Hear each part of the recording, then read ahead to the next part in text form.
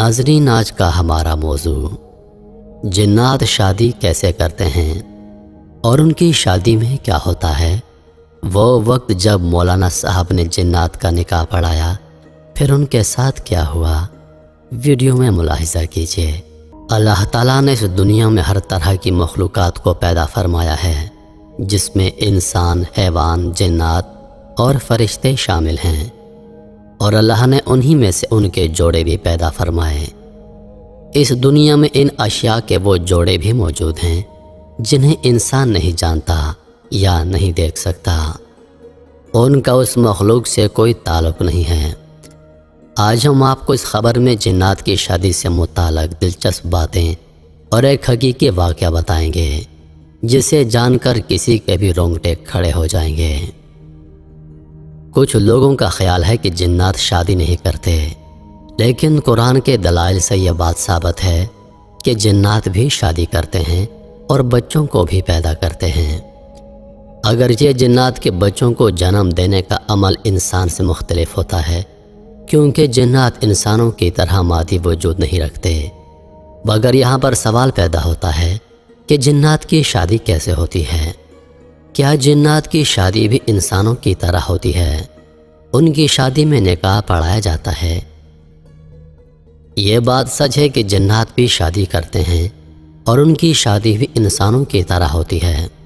جس طرح انسانوں کی شادی میں ڈھول بجانا، ناچ گانا کیا جاتا ہے، بالکل اسی طرح جنات بھی اپنی شادیوں میں ڈھول باجے بجانا اور رقص بھی کرتے ہیں۔ حتیٰ کہ ان کی شادی میں سب سے بہترین کھانے پینے کا اہتمام کیا جاتا ہے۔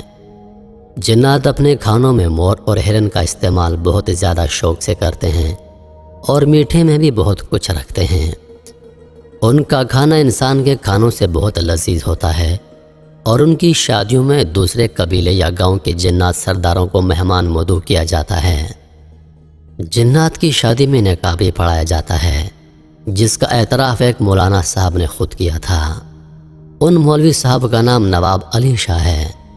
انہوں نے واقعہ سنایا کہ رات کے کسی پہر میں سو رہا تھا تو کسی نے دروازہ کھٹکھٹایا۔ میری عادت تھی کہ میں جتنی بھی گہری نیند میں ہوتا ہوں، اگر دروازے پر ذرا سی دستک ہوتی ہے تو میری آنکھ فوراً کھل جاتی تھی، اور یہ وجہ تھی کہ میں اٹھ گیا۔ دروازہ کھولا تو دو اجنبی نوجوان میرے سامنے کھڑے تھے۔ میں نے ان دونوں کو نہیں پہچانا اور پوچھا کیا کام ہے۔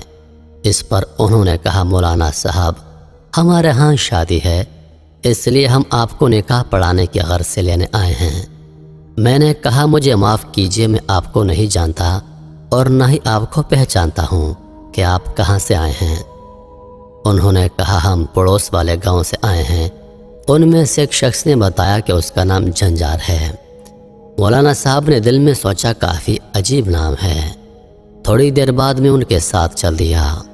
مولانا علی صاحب بتاتے ہیں کہ مارچ کا مہینہ تھا اور رات تھوڑی تھوڑی ٹھنڈی تھی۔ وہ دونوں میرے آگے چل رہے تھے اور میں ان کے پیچھے چل رہا تھا۔ آخر کار ہم اس گاؤں کے میدان میں پہنچے جہاں شامیانہ سجا ہوا تھا۔ وہاں خوب رونق اور چہل پہل تھی، روشنی کا بھی اچھا انتظام تھا۔ میں ادھر ادھر دیکھ ہی رہا تھا کہ ایک آواز، خوش آمدید مولانا صاحب۔ میرے سامنے ایک شخص شلوار قمیض میں کھڑا تھا جو دلہے کا باپ تھا، اور اس کا نام سردار مانس تھا۔ سردار نے کہا، آئیں میں آپ کو لیے چلتا ہوں۔ جب ہم تھوڑا آگے گئے تو سردار مانس نے میری ملاقات دلہن کے باپ سے کروائی، جن کا نام شرمت تھا۔ کیونکہ سب چہرے وہاں اجنبی تھے اور میرا جاننے والا وہاں پر کوئی موجود نہیں تھا، حالانکہ میں اس گاؤں کے بہت سے لوگوں کو ذاتی طور پر جانتا تھا۔ میں نے دلہن کے باپ سے عرض کیا، یہاں پر اس گاؤں کا کوئی بھی فرد موجود نہیں۔ اس پر شرمت صاحب نے کہا، اچھا تو یہ مسئلہ ہے۔ شرمت صاحب نے ایک لڑکے کو آواز دی اور قریب آنے پر اس لڑکے کو کچھ کہا۔ مولانا صاحب نے کہا کہ اس کی تھوڑی دیر کے بعد میں نے نظر صاحب کو اپنی طرف آتے ہوئے دیکھا، جو گاؤں میں دکاندار تھے۔ اس کے بعد اور بھی جاننے والے مجھے شادی میں نظر آنے لگے، جنہیں دیکھ کر مجھے اطمینان ہوا۔ میں نے نظر صاحب سے پوچھا کہ آپ کی دکانداری کیسی چل رہی ہے؟